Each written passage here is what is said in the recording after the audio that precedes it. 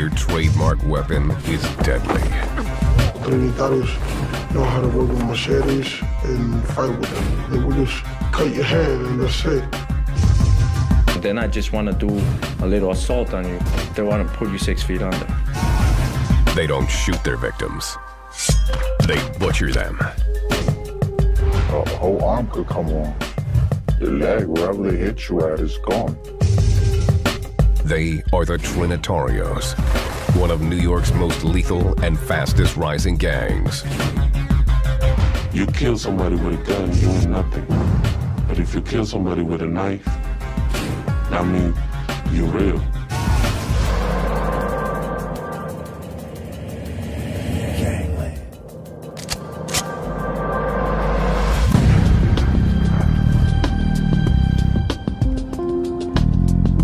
The Big Apple.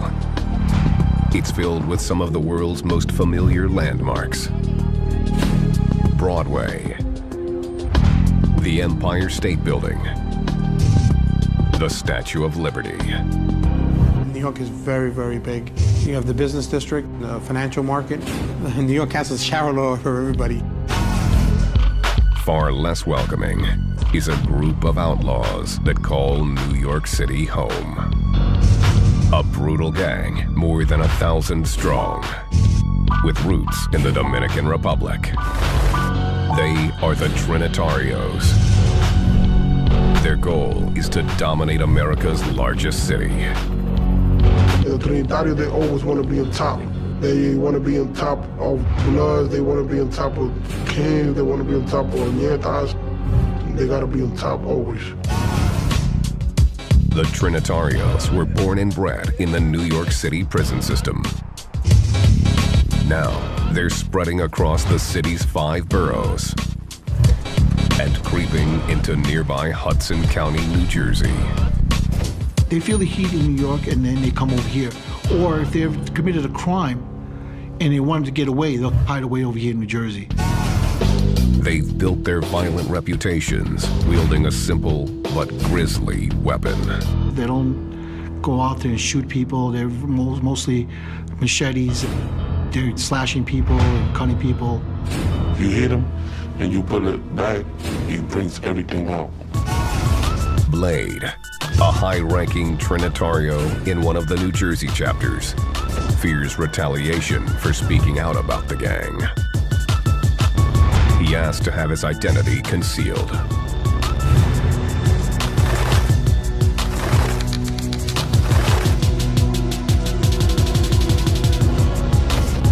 Blade came to the United States from the Dominican Republic in 1993 when he was 13. First month when I was over here, I stabbed my sister in the arm because she was trying to smack me. It wasn't his first assault. Blade already had a violent reputation. I stabbed somebody in the heart. I was like 11 years old because he was trying to take my sneakers. Blade and his family settled in Jersey City, across the Hudson River from Manhattan. It was a tough adjustment. Yeah, I didn't speak English when I came over here. And when I used to go to school, I used to get jumped every day. Everybody, basically. Blade joined the Trinitarios and quickly made his own reputation. The leader of a Latin King went to the Kamal block and he threw me a punch. So when he did that, I pulled out the machete. I hit him in the head. Then I hit him like four more times in the arm because he went like that. He got a lot of stitches. He got like 50-something stitches in his head. That kind of one-on-one brutality has shocked even hardened New Jersey cops, like Davis Valdivia. A machete, I'm going to take a limb off, depending on where I swing it. If I swing it at your neck, I'm going to take your neck off.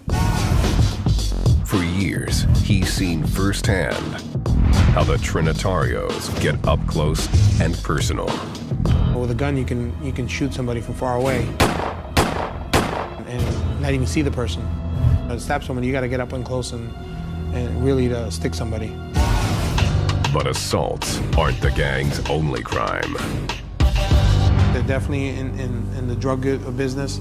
They're definitely in the home invasion business, assaults, robberies. They run the gamut, just like any other super gang. The Trinitarios have turf all over the Bronx and the Washington Heights section of Upper Manhattan. Washington Heights is home to many Dominican immigrants and is a transportation hub. 6 bridges, 3 highways, and 3 tunnels are nearby, all allowing for quick access to the entire metropolitan area. It's the perfect setup for drug dealers and gang members on the run, making it difficult for law enforcement to track them. There's going to be a group of people transiting along the Trinitario area. Okay, I just received information from one of my guys that the person that that is doing the hand-to-hand transaction is coming towards our area now. Thanks to the easy access between New York and New Jersey, the Trinitarios have a lucrative narcotics business in both states. It's so easy to travel from one place to another that if they have a problem with the law enforcement, they'll move to another spot. Well, number one, he's selling drugs on the street, so he gotta go. He's selling cocaine. They could make about 10, 15,000 a day. They doing drugs. They selling drugs. If you owe them money, they're gonna kill you. This gang member, Loco, has also asked to have his identity concealed.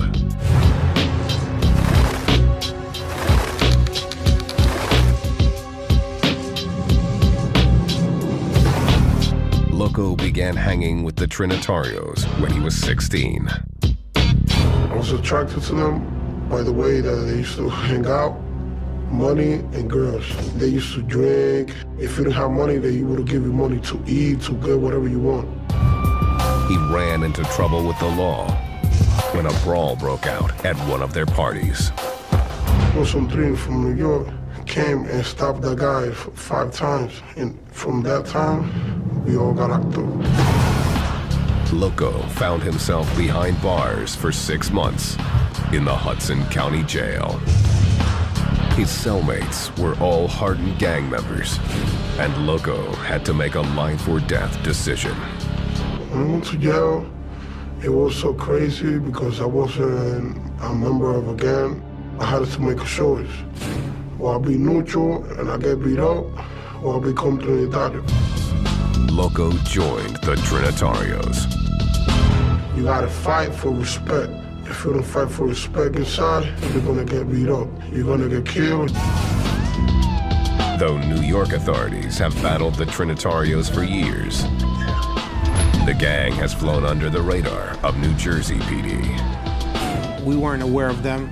We heard rumblings of them. We heard the names being thrown around. But we didn't know who they were or what they were about. But a savage crime would change everything.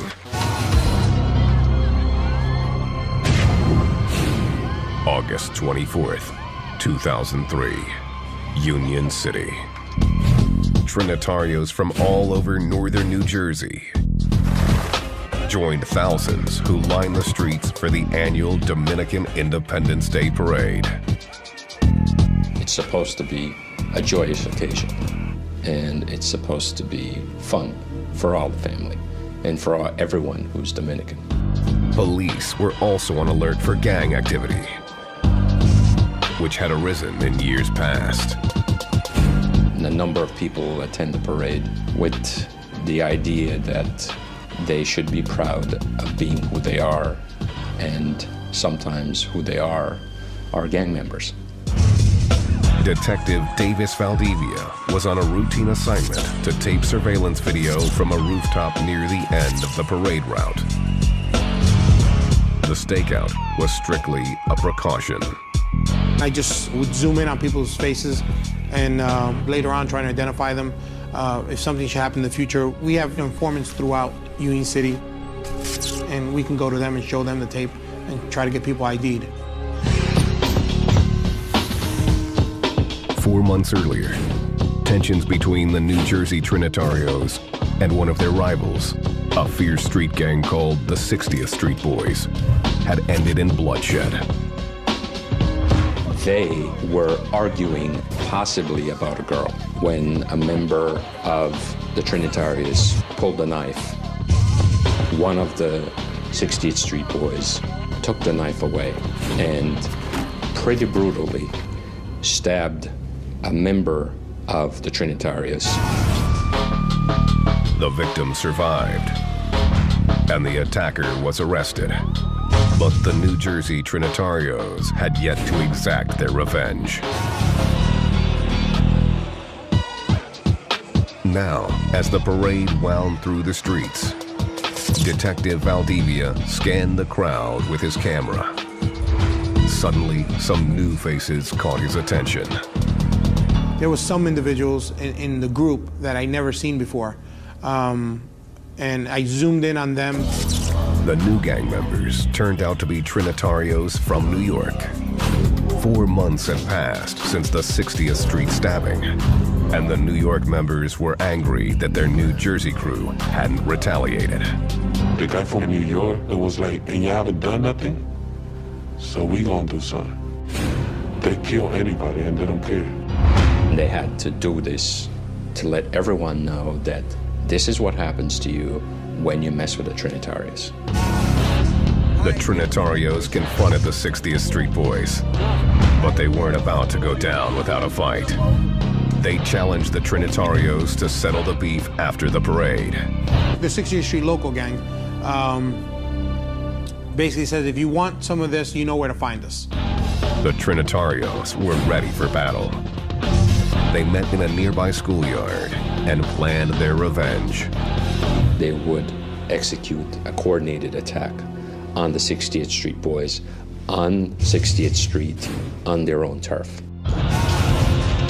What happened next would put the New Jersey Trinitarios on the map. They definitely made a name for themselves that day. They gotta respect our parade and they gotta respect our colors. And we're Trinitarios, so we're going after them.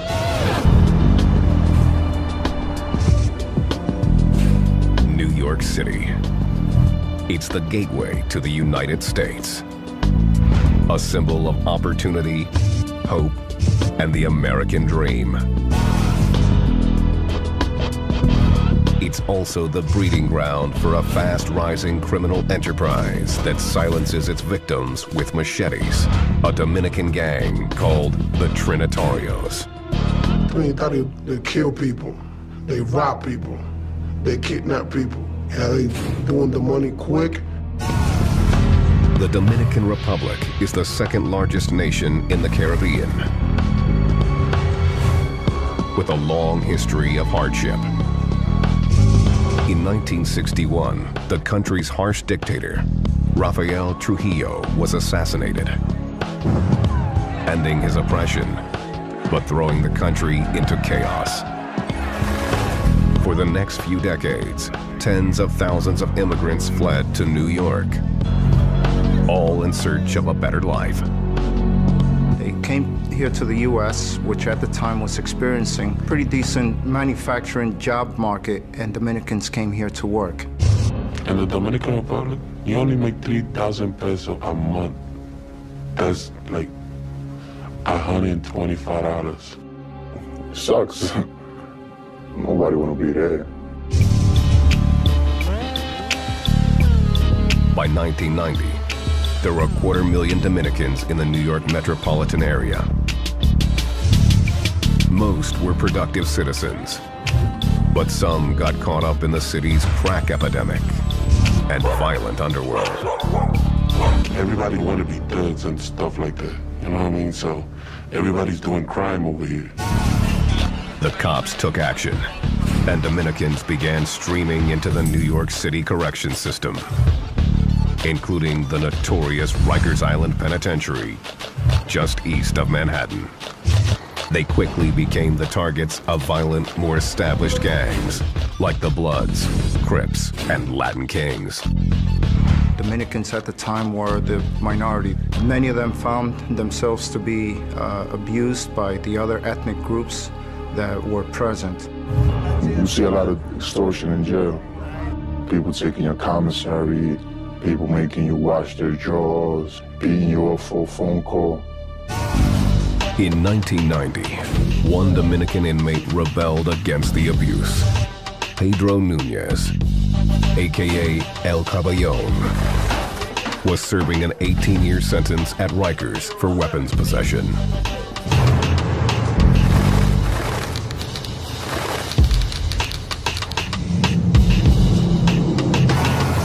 El Caballon formed his own gang, Trinitarios, which means Trinity.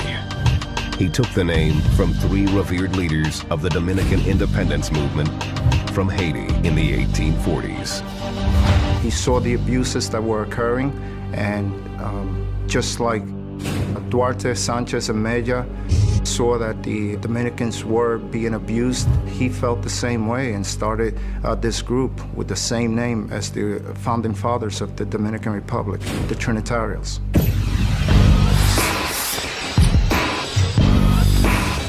For the first time, the Dominican convicts had protection under the Trinitarios. But the gang kept a low profile to escape the watchful eye of prison officials. They kept it very quiet about what was going on for obvious reasons. The Trinitarios on Rikers Island basically operate as a secret society that's there to protect Dominicans. As their numbers grew into the hundreds, the Trinitarios began dominating the other gangs. I don't care what anybody said. In New York, if you're not a Trini in jail, you're nothing. Ain't no blood, Crips, Latin King, nothing. Trini run New York. El Caballon's domain expanded in the mid-1990s as Trinitarios finished their time at Rikers and returned to the streets. With El Caballon running the gang from prison, the Trinitarios took new shape in the heavily Dominican neighborhood of Washington Heights in Upper Manhattan. So they started making, like, if you're gonna be a Trini in here, you gotta represent Trini out there. And you're not just gonna be a Trini in jail for protection. You gotta be a Trini in the street too. You gotta represent. The Trinitarios unleashed a crime wave that ran through Washington Heights into the Bronx and Brooklyn. They started doing narcotics distribution, possession of weapons, and violent crimes. In 1995, in the Bronx alone, nearly a murder a day was occurring, thanks in part to the Trinitarios. The gang began smuggling cocaine from the Dominican Republic using ingenious and dangerous methods. They'll bring drugs to the state by swallowing it, boofing it. These carriers, known as mules, could hide a half-pound or more of narcotics, risking death with each trip. Imagine you with more than 300 grams inside your stomach. Anything could go wrong. You can't eat, you can't drink nothing. Jefe, a Dominican native, asked to have his identity concealed.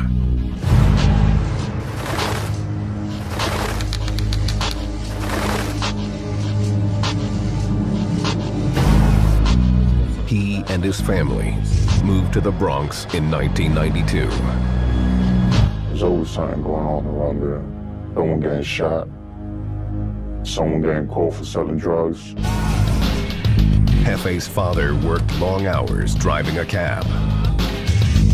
He insisted Jefe stay at home while he was working because of the many gangs that terrorized the hood. It was usually Bloods and Crips. You know, they had Latin Kings, they had Nietas, Zulu Nation, and you would hear a few gunshots. The gang violence was impossible to avoid. In 1998, the NYPD in Jefe's precinct recorded over 2,000 violent crimes, including rape, robbery, burglary, and murder. It was dangerous. The 4-4 precinct is the busiest precinct in the Bronx. Jefe had to stick with his Dominican brothers for protection. It was a lot of race going on, race issue, Dominicans and blacks. They would come and pick up Dominicans on high school, junior high school, and we would just retaliate. By 1999, the Trinitarios had hundreds of members in New York City and a brutal reputation that stunned even law enforcement.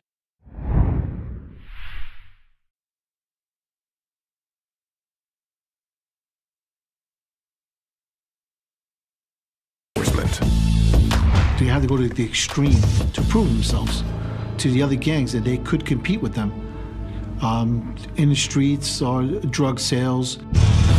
They attacked their rivals with machetes, common weapons in the Dominican Republic, but rarely seen in this urban jungle. We used to carry a machete in our pants, our book bag, our sleeves. Wherever we could have fit it, we would have carried it. Armed, dangerous, and in control of New York, the Trinitarios were anxious to expand their territory. They found it right across the Hudson River. For years, New Jersey had attracted Dominicans who craved the advantages of the city, but with a lower cost of living. All it took was one Trinitario, and New York's inner-city gang epidemic spread like a virus into the suburbs of New Jersey. It started only by one person in Bayonne, and then from Bayonne, it got all the way up to Union City and West New York. The New York members began mentoring their New Jersey counterparts. They didn't have a structure at the moment, so they started helping them and teaching them how to do the stuff, how to sell their own guns, manufacture their own drugs. As the gang became more organized, so did its drug trade. The power of the Trinitarios was spreading fast.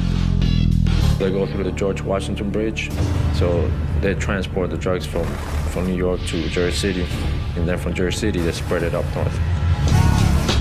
New recruits were easily found in local high schools.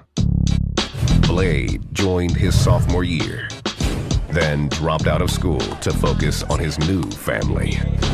When I became a Trini, it was all about taking care of people. You needed money for rent, we there. Like, nobody wanted to mess with Trini. Their ruthless use of crude, store-bought machetes made it even more obvious that the Trinitarios meant business. Loco witnessed one fight that drove the point home. So there was Lion King trying to fight with them. So I seen some guy that just grabbed a machete and tried to cut off his arm. He hit him a few times, but his arm was falling down. Loco was inspired by the gang's fearlessness. The drug money was an added bonus. I used to sell drugs. I felt like I was doing something wrong, but I liked the money. By 2003, the Trinitarios had more than 100 members in northern New Jersey alone. Though the gang had long been in the sights of New York City PD, their growing numbers were still a secret across the Hudson. It would take a cold-blooded killing before New Jersey authorities got the message. And it was so quick. I mean, it was just like wildfire. They just started spreading all over Hudson County.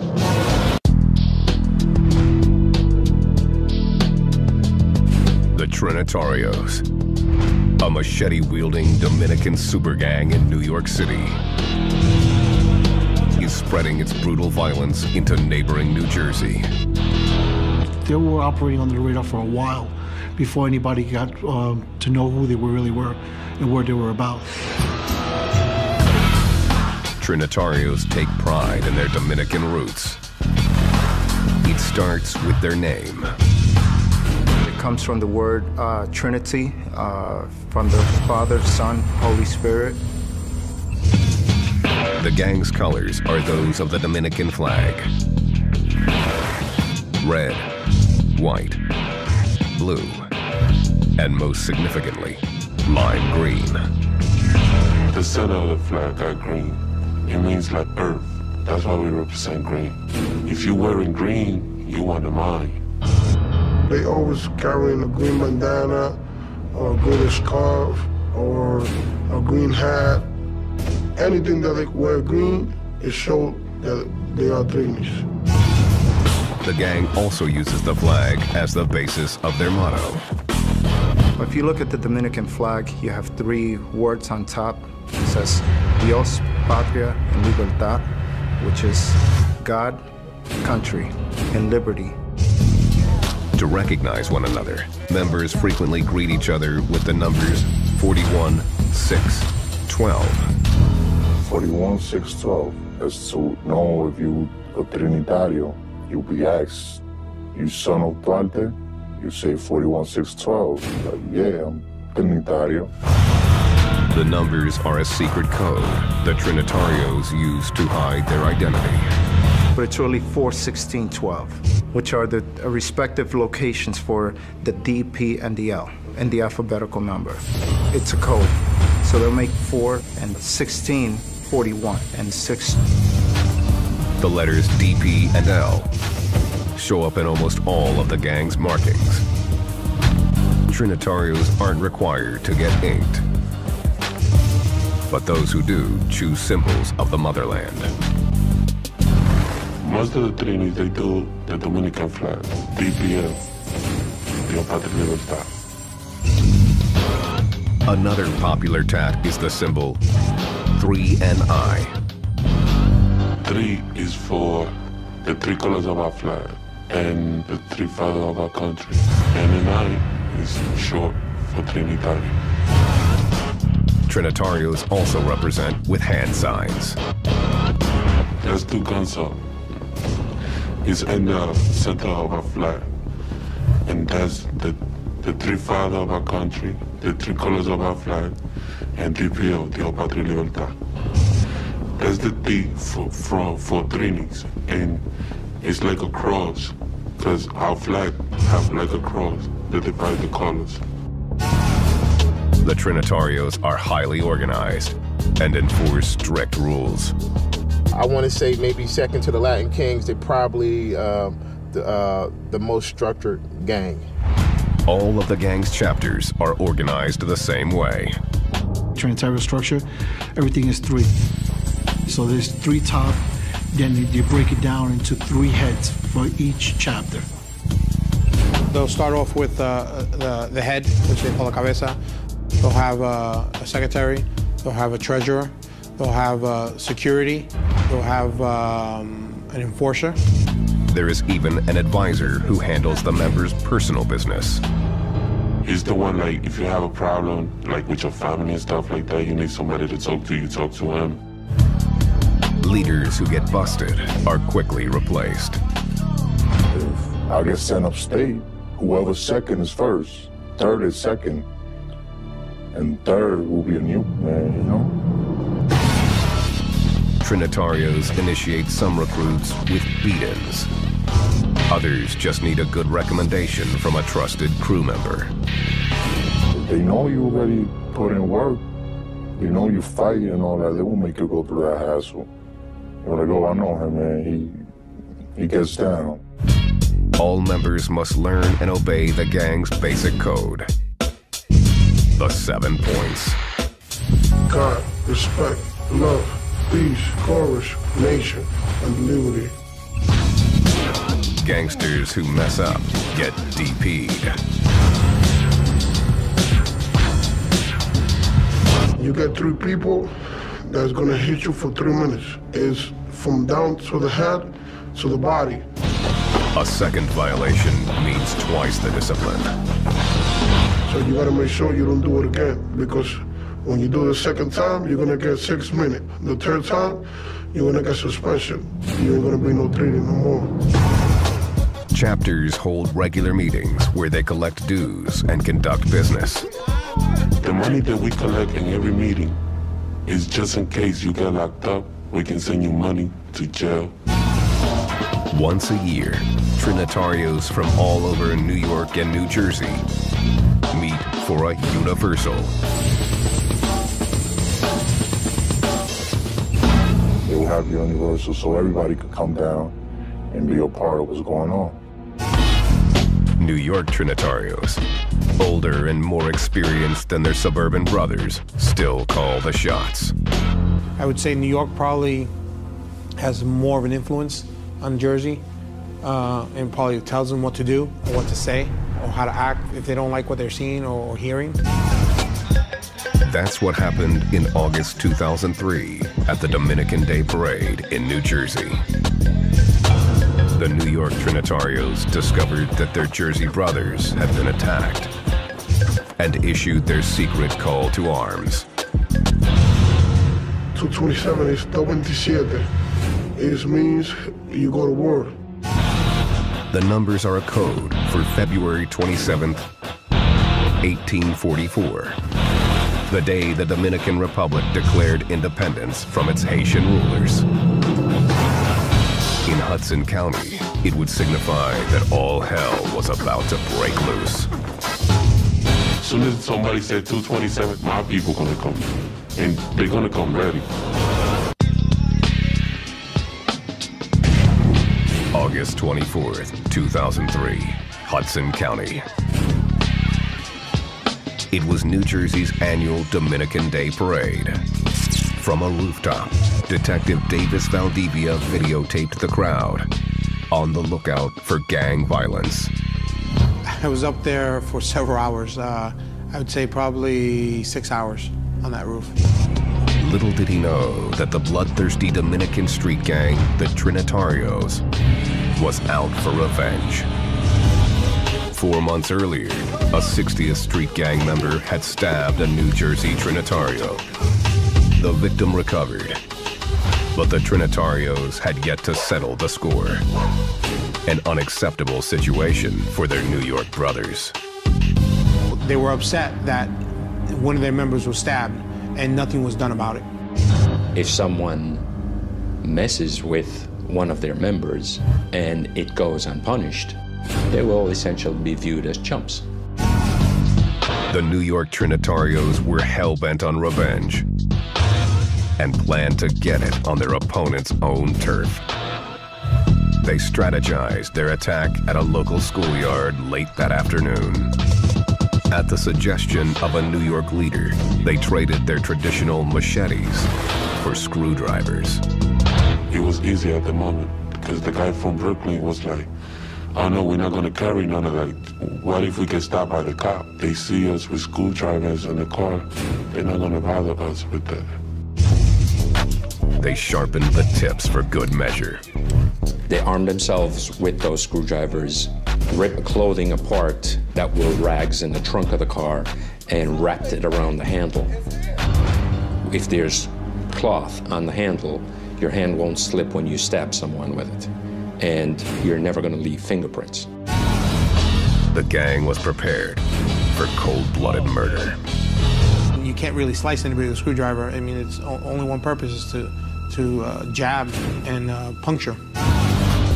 2 carloads of Trinitarios headed straight for the heart of the 60th Street Boys territory in West New York. They found what they were looking for at the corner gas station at 60th Street and Broadway. The Trinitarios confronted 21-year-old Jameer Brown, who was an associate of the gang. Once they approached him, they asked for an individual by the name of Munchi. And that's the same individual that had words with them during the parade. Munchi was nowhere in sight, but Brown stood up for his friend to the bloodthirsty mob.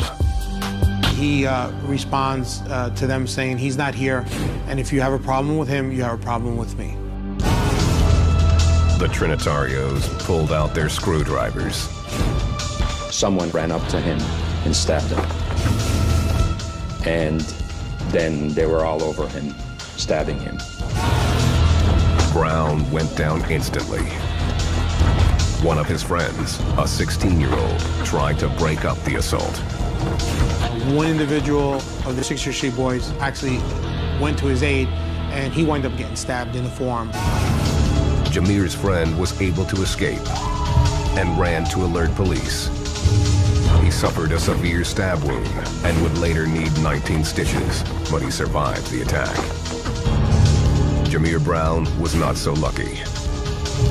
The the screwdrivers had ripped through a crucial artery. The Trinitarios scattered, leaving Jameer Brown essentially dying on the street. Brown died at a local hospital 90 minutes later.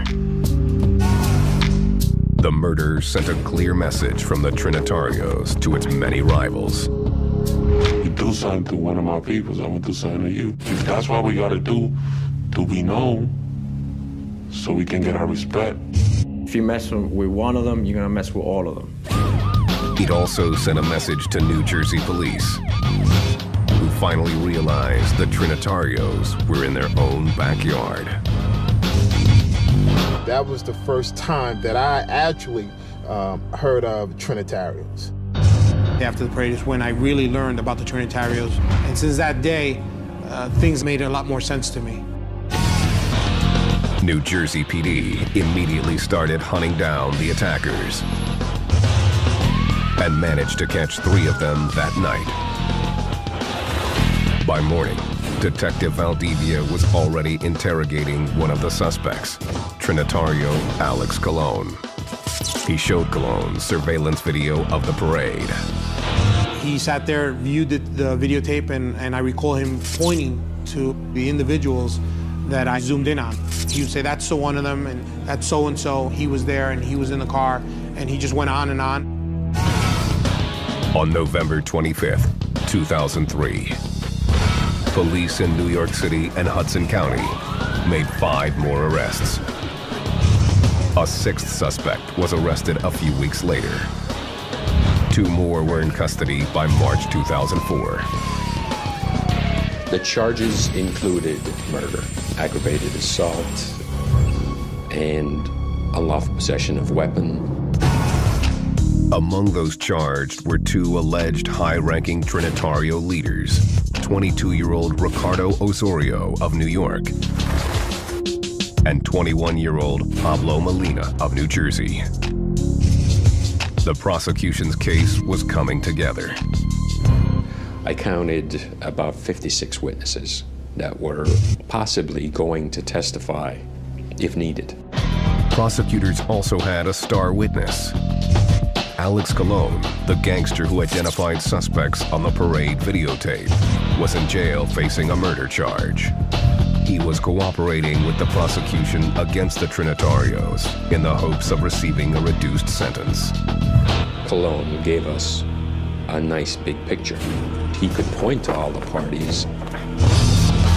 But Colon would never make it to the stand. Our case seemed as if it would fall apart.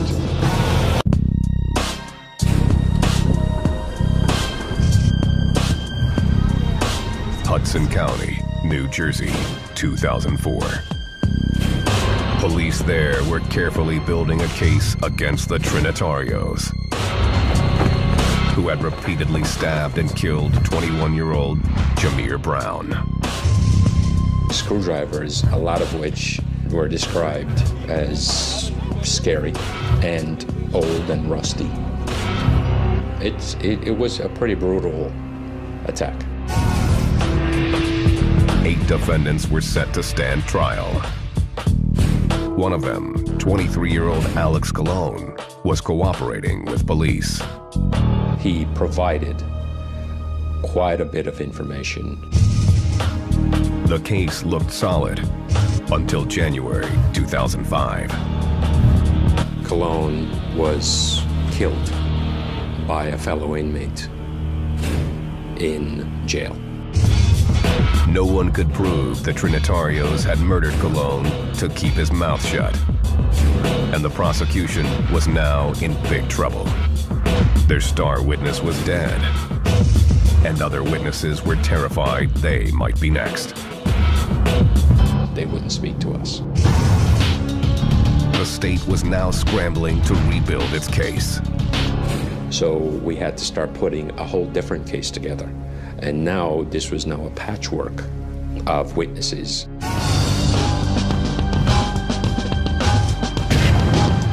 January 5th, 2006. The first Trinitario defendant one of the alleged New York leaders, Ricardo Osorio, went on trial. 18 days later, the jury convicted him of conspiracy to commit homicide. In May, the second defendant, Ramon Almonte, also went on trial. This time, Detective Davis Valdivia, who had taped the Dominican Day Parade where the fight began, took the stand as an expert witness. I was able to show motive. I was able to show why they would respond the way they did. Almonte was also found guilty of conspiracy to commit homicide. He and Osorio received sentences of up to 20 years in prison. The 5 other defendants, including Pablo Molina, one of the alleged New Jersey leaders, pled out before their trials began. The convictions dealt a major blow to the gang. I like to think that what we did here discouraged the Trinitarios and disrupted what they intended to do, which was begin a network in New Jersey. But today, the Trinitarios show little sign of slowing down. In March 2009, Manhattan authorities made a huge bust in Washington Heights. 41 alleged Trinitarios were indicted on charges from drug distribution to weapons possession. They had blocks and blocks of narcotics in every corner selling them. If you wasn't a Trini, you wasn't gonna sell drugs in New York. That's how they was doing it. Since the shakedown, law enforcement on both sides of the Hudson River has kept close watch on the gang. It's important that we have contact with them, just to let them know that we up here and we got our eye on them. They know how we operate, and we kind of know how they operate. Detective Valdivia is now a full-time gang investigator in a nearby county. He still considers the Trinitarios to be a major threat to New Jersey and beyond. They're definitely in Connecticut. There are reports of them in Florida. They definitely have grown. They've definitely gotten bigger. Not every gangster is in it for the long haul. Loco is no longer active in the Trinitarios. He says he's done spending time behind bars. The future of them is going to jail because what they do is crimes. They're just so stupid because they're making money out of it, or they're just stabbing people and getting locked up for no reason.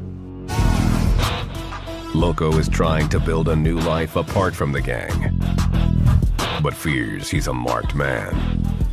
If I show my face, I will be in mad trouble. I'm gonna tell people that want to see this, young kids, don't get into Trinis. They ain't worth it. After years with his New Jersey chapter, Blade has also left the Trinitarios. He received the gang's blessing after having a child. It was like, man, you cool, you already have a family. So that's the only way that you can get out of it. If you want to do something with your life, they respect that. Jefe got a similar reprieve after starting a family. His perspective on the gang has changed since leaving Rikers Island in 2006. I'm lucky I'm alive. I used to do a lot of crazy. But now that I'm older, I got a different mentality. But these former gangsters are in the minority.